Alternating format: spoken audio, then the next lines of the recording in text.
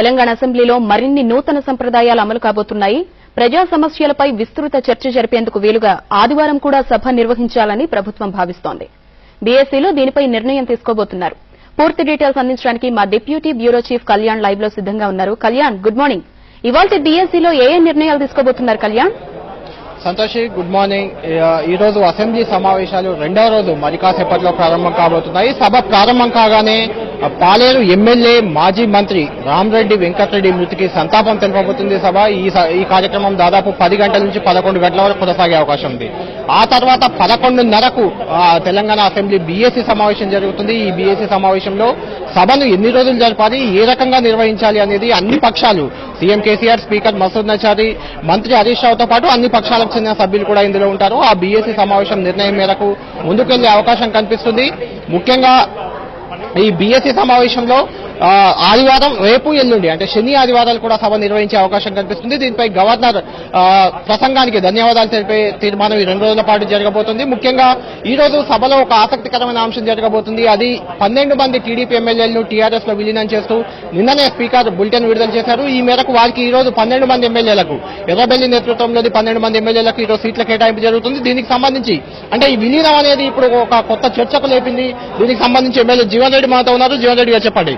అంటే గతంలో శాసన మండలిలో 5 ఎమ్మెల్సీలను విలీనం చేసుకున్నారు. ఇప్పుడు శాసనసభలో 12 మంది ఎమ్మెల్యేలను విలీనం చేసుకున్నారు. అంటే తెలంగాణలో టీడీపీని కనుమరుగు చేసే వ్యూహంలో భాగంగానే మీరు ఇదంతా చేస్తున్నారా? ఈ ప్రజాక్షేత్రంలో ప్రజలు తీసుకున్న నిర్ణయం. ప్రజలు ఇలా గుండు సున్నా ఇచ్చారు. నిన్నగాక మొన్న వరుస పెట్టి 6 విజయాలను అపజయాలను వాళ్ళకి అంటగట్టింది. కాబట్టి ప్రజాక్షేత్రంలో ఓడిపోయినారు. ఇక్కడ మెర్జర్ అనేది ఏంటంటే ఒక పార్టీ యొక్క పార్టీ ఫిరాయింపుల చట్టం ప్రకారం మెజార్టీ ఎమ్మెల్యేలు 2 మెర్జర్లు అండి. ఇక్కడ ఎమ్మెల్యేలు మెర్జర్ వేరు, పార్టీ మెర్జర్ వేరు.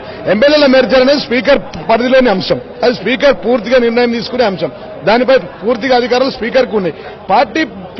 పార్టీ మెర్జర్ ఏమో కేంద్ర ఎన్నికల సంఘం ఉంది. కాబట్టి ఇక్కడ మెజార్టీ 12 మంది ఎమ్మెల్యేలు మా పార్టీలో చేరుతా అని చెప్పి వాళ్ళు లేఖలు ఇవ్వడం ద్వారా స్పీకర్ నిర్ణయం తీసుకున్నారు. ఇప్పుడు తీసుకున్నారు కూడా తీసుకున్నారు. స్పీకర్ నిర్ణయం తీసుకున్నారు. 12 మంది విలీనమయ్యారు. మిగిలిన 3 ఎమ్మెల్యేలు ఉన్నారు. రేవంత్ రెడ్డి, సంద్ర వెంకట వీరయ్య, ఆర్ కృష్ణయ్య. వాళ్ళు ఏంటి, ఏ పార్టీ, ఇప్పుడు వాళ్ళు ఎలా ఉండాలి? కృష్ణయ్య గారు ఉన్నారు. కృష్ణయ్య గారు నేను టీడీపీ పార్టీకి నాకు సంబంధం లేదు, నాకు కండువ లేదని కండువ కూడా వేసుకొని రావట్లేదు పార్టీకి. ఇంకిద్దరు ఉన్నారు. ఇద్దరిలో ఒకరు, ఇంకొక ఆయన రేపో మాపో మా పార్టీకి ప్రజలు పంపిస్తా ఉన్నారు. ఇంకొక ఆయన ఉన్నాడు రేవంత్ రెడ్డి, ఆయన నేరస్తుడే. ఓటుకు నోటు కేసులు. వాళ్ళు ఏ పార్టీ ఎమ్మెల్యేలు? ఇంకా ఏ పార్టీ ఉందండి? రేపో మాపో జైలుకోయే నేరస్తుడు. అసలు నేరస్తుడికి ఓటుకు నోటు కేసులో నేరస్తుడికి వర్కింగ్ ప్రెసిడెంట్ ఇచ్చిరన్న ఉద్దేశంతోనే ఎమ్మెల్యేలంతా ఇతర పార్టీలకు వెళ్తా ఉన్నారు. ప్రజాక్షేత్రంలో ప్రజలు ఓడిస్తారు. అంటే ఇప్పుడు టీడీపీ చెప్తుంది స్పీకర్ తీసుకున్న నిర్ణయం న్యాయబద్ధం కాదు, న్యాయ పోరాటం చేస్తాం, న్యాయస్థానాలను ఆశ్రయిస్తామని చెప్తుంది. అక్కడ ఎలాంటి అంటే మీకు ప్రభుత్వానికి వ్యతిరేకంగా నిర్ణయం వెలువడితే పరిస్థితి ఏంటి? టీడీపీ న్యాయ పోరాటం చేస్తుంది. అటువైపు ఆ ప్రాంతంలో వైఎస్ఆర్సీపీ ఎమ్మెల్యేలను జాయిన్ చేసుకున్న చంద్రబాబు గారు, ఈ చంద్రబాబు గారు కానీ రేవంత్ రెడ్డి కానీ ఈ కోట్ల చుట్టూ తిరగడం. ఇప్పటికే చంద్రబాబు దాదాపు 12 స్టేలు ఉన్నాయి. ఆ స్టేలు ఇవి తెచ్చుకోవడం కురువృద్ధులు వాళ్ళు. దాంట్లో అత్యంత పరిజ్ఞానం ఉన్న వ్యక్తులు వాళ్ళు తిరుగుతారు. మేమేమంటాం 2 ఆప్షన్లు కళ్యాణ్ గారు. ఒకటేమో ప్రజాక్షేత్రం, రెండోదేమో కోర్టులున్నాయి. ప్రజాక్షేత్రంలో 0/0. ఇప్పుడు రేవంత్ రెడ్డి ఆ పార్టీకి వర్కింగ్ ప్రెసిడెంట్, ఈ ప్రెసిడెంట్ అని చెప్పుకుంటున్నారు.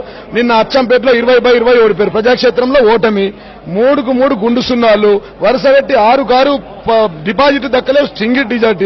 దాని తర్వాత ఇప్పుడు కోర్టులున్నాయి. కోర్టులుంటే let them go to court. చివరిగా ఒక విషయం చెప్పండి. గత అసెంబ్లీ సమావేశాలన్నీ అంటే తెలంగాణ రాష్ట్రం ఏర్పడ్డ తర్వాత జరిగిన అసెంబ్లీ సమావేశాలన్నీ టీడీపీ వర్సెస్ టీఆర్ఎస్ గా మారిన పరిస్థితి కనిపించింది.